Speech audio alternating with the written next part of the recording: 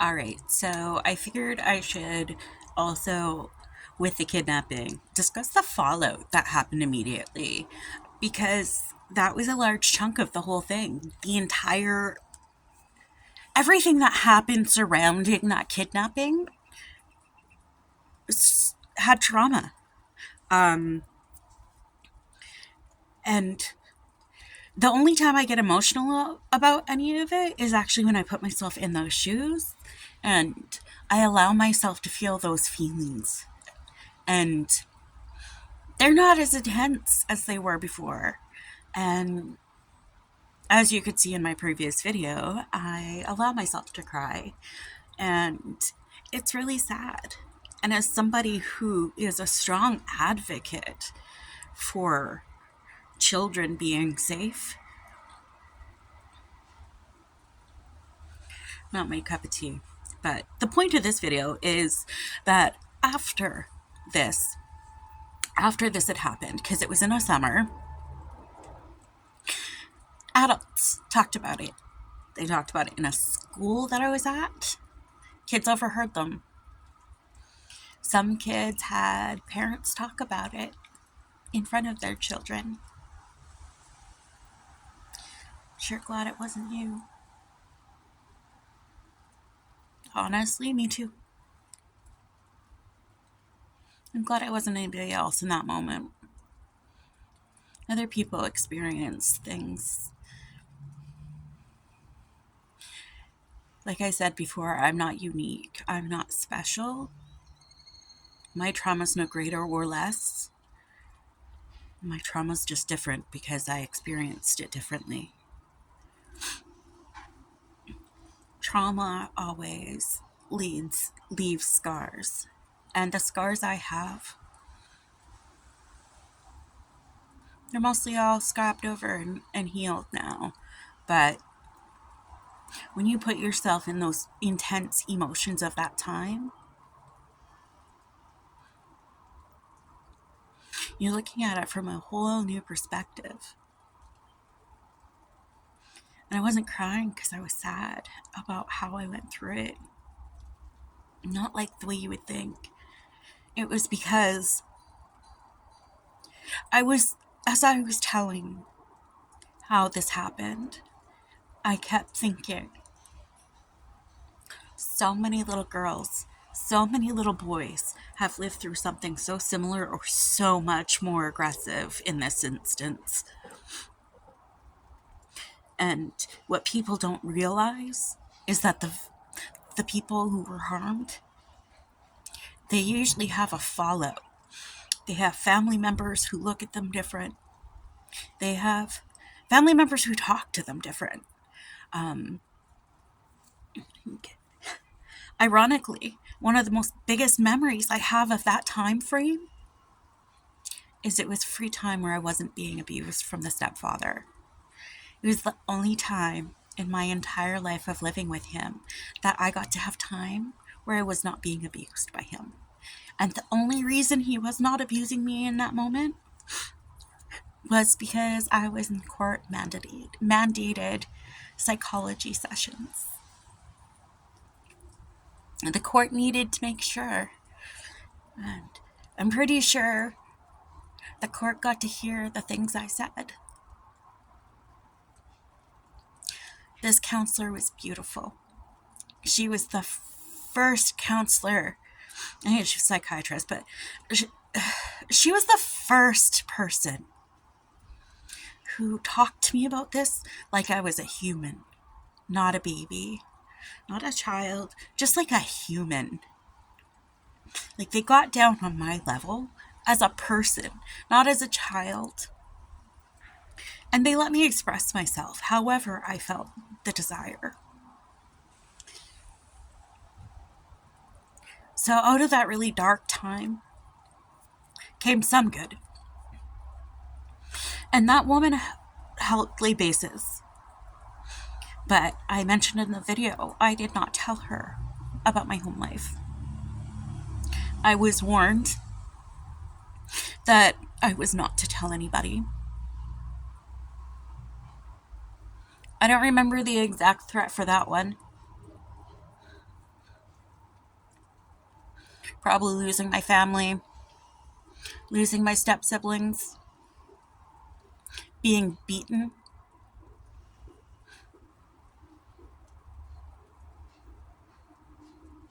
A lot of stuff built up in there by that time. A lot had happened in between Mel leaving and Vincent getting his claws into me. But what also happened immediately after was the fallout from my father was compounded by something that happened between the two of us right after. So I had been staying with him, and there was a family event. And after the molestation, I was very withdrawn. I didn't want to see people. And I remember I was at his house, and I had to go to the washroom. And I went into the washroom. I just walked in. And I didn't realize my father had been in there. He was in there having a shower. And he was totally naked. And I remember, thank God I don't remember, but I remember that I saw him naked, and I was immediately back in the wilderness.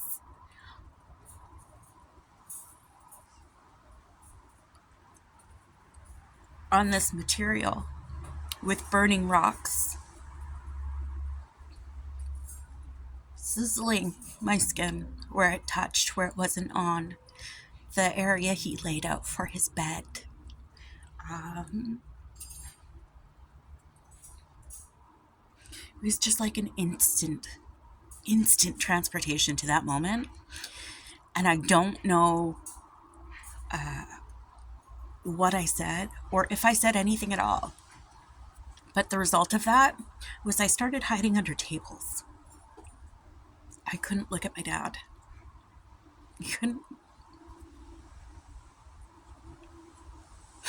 I couldn't look at my father.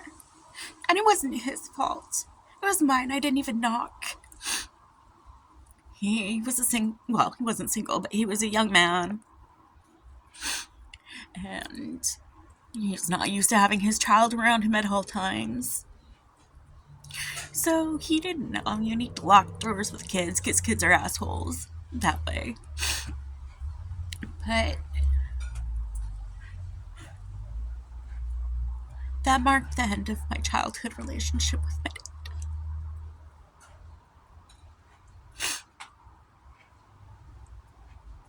My dad and I reconnected. But there was a real disconnect until the time I was about 13. And, I would see him at holidays. And if my mom forced him to come see me, I always knew she forced him. I could hear her yelling at him, like, where the fuck are you? Come see your daughter. Come take your daughter.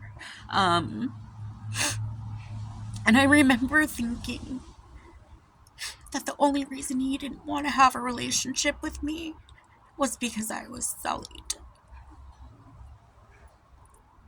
And that it was my fault. And then I saw him naked, and I knew that affected him.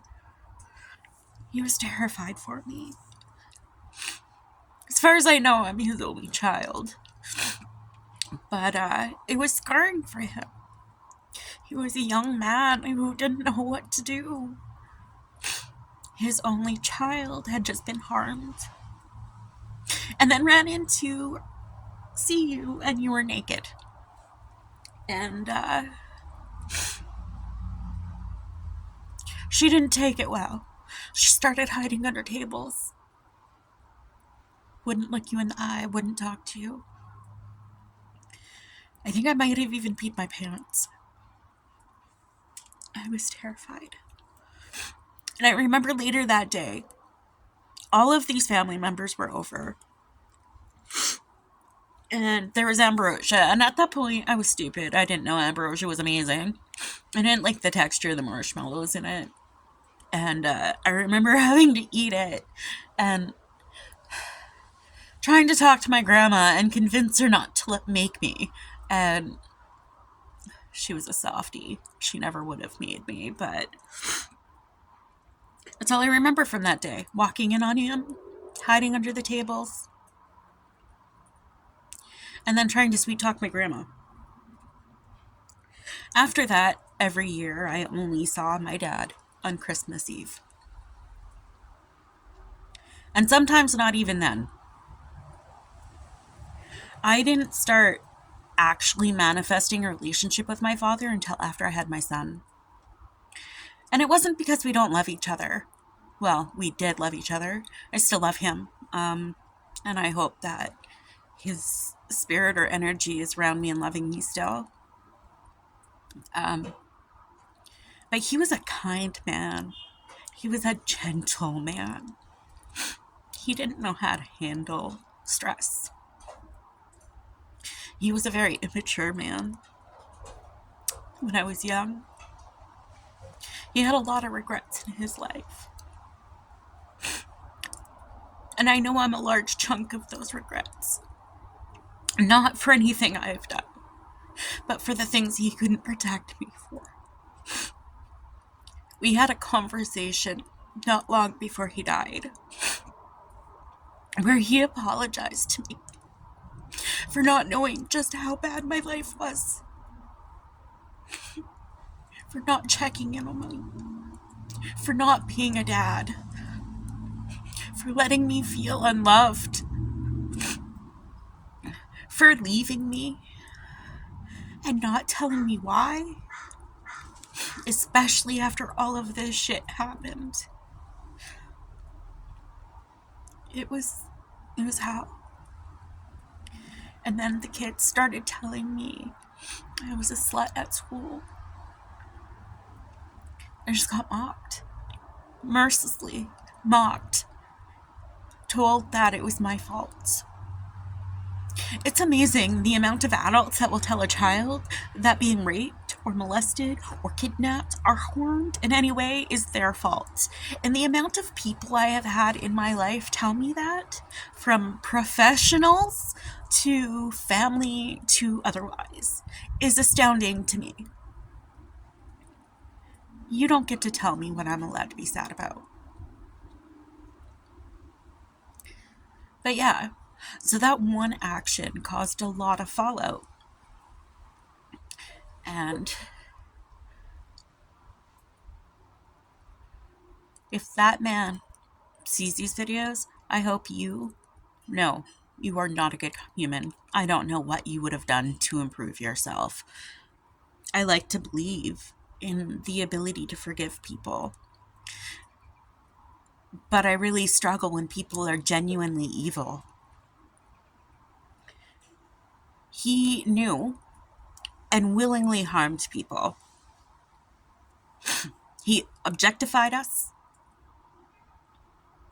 and he didn't see any value in our lives.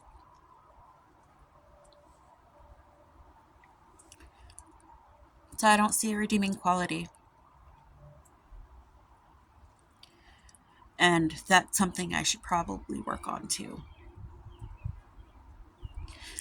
But anyway, so the reason I started this video is because I actually wanted to share a funny part of the fallout from this. This is many, many years later, after the kidnapping. I got put into counseling again because I was acting out at home. Shocking. And I was about 13, I think. 12? My mom would have to tell me. But anyway, I went to see this counselor. And she was the first counselor, besides the first one, that actually listened. She knew I was being abused, but I refused to say the words. I refused to give examples. I refused to give it up. You're welcome for saving you, sir. And but one thing she taught me was that my states where I it's almost like I zone out in spots. where I disassociate. Anyway, so these disassociation moments, they come in many different flavors for me, but in this one, she's the one who diagnosed me as being disassociative. And obviously PTSD and a few other things. And me being me, liking to make everything sarcastic and funny, I decided I was going to play a prank on one of my loved ones. And when I was 11, I met this beautiful soul. She's my foster sister. She's beautiful. She is so fun. Anyway, she knew what I was going through. She knew what I had gone through. She knows a lot of the things I'm going to say. But the thing is that stood out is she knew about the disassociation. So I decided, because I wanted to be an actor when I was younger, I decided I was going to see how long I could convince her that I had multiple personalities. And holy shit, I kept this up for ages. Couple months. I don't know how the hell I managed to do it with her. Oh, was she snookered? Mm-mm-mm. And, like, she didn't talk to other people about it because, like, she didn't need people thinking I was crazy. And I had her so convinced. And it was like, I would play skits where I would have arguments with myself, with strangers. Like, oh my God, I was ridiculous. And I would do it in public. I would be embarrassing. And I would do anything for a laugh, as long as it wasn't harmful. But, like, I was a class clown. And I just remember the night she found out that it was all a fake out, we were walking down Fortune Drive in Kamloops, BC. It was late at night. And we were walking, and I slipped up. I fucked up on my act, and I finally fessed up what I had been doing. And she turned around and smacked me. She was so mad. I don't know. I think she might have locked me. We lived together at this point. I think she might have locked me out. It would have been one of the nights she locked me out and let me come home. But, like, things like that, I was able to take this trauma and make it to have fun. Like, obviously, I'm not going to do that to other people. She's the only person I've ever pretended to have multiple personalities for. But the fact that I was believable was quite impressive, especially since she knew me the best. I don't know. If you have any questions about the kidnapping or any of the other stuff, because I definitely did not get into detail. That was not detail. Just let me know. Like I said, I'm pretty much an open book. I'm willing to share. Bye.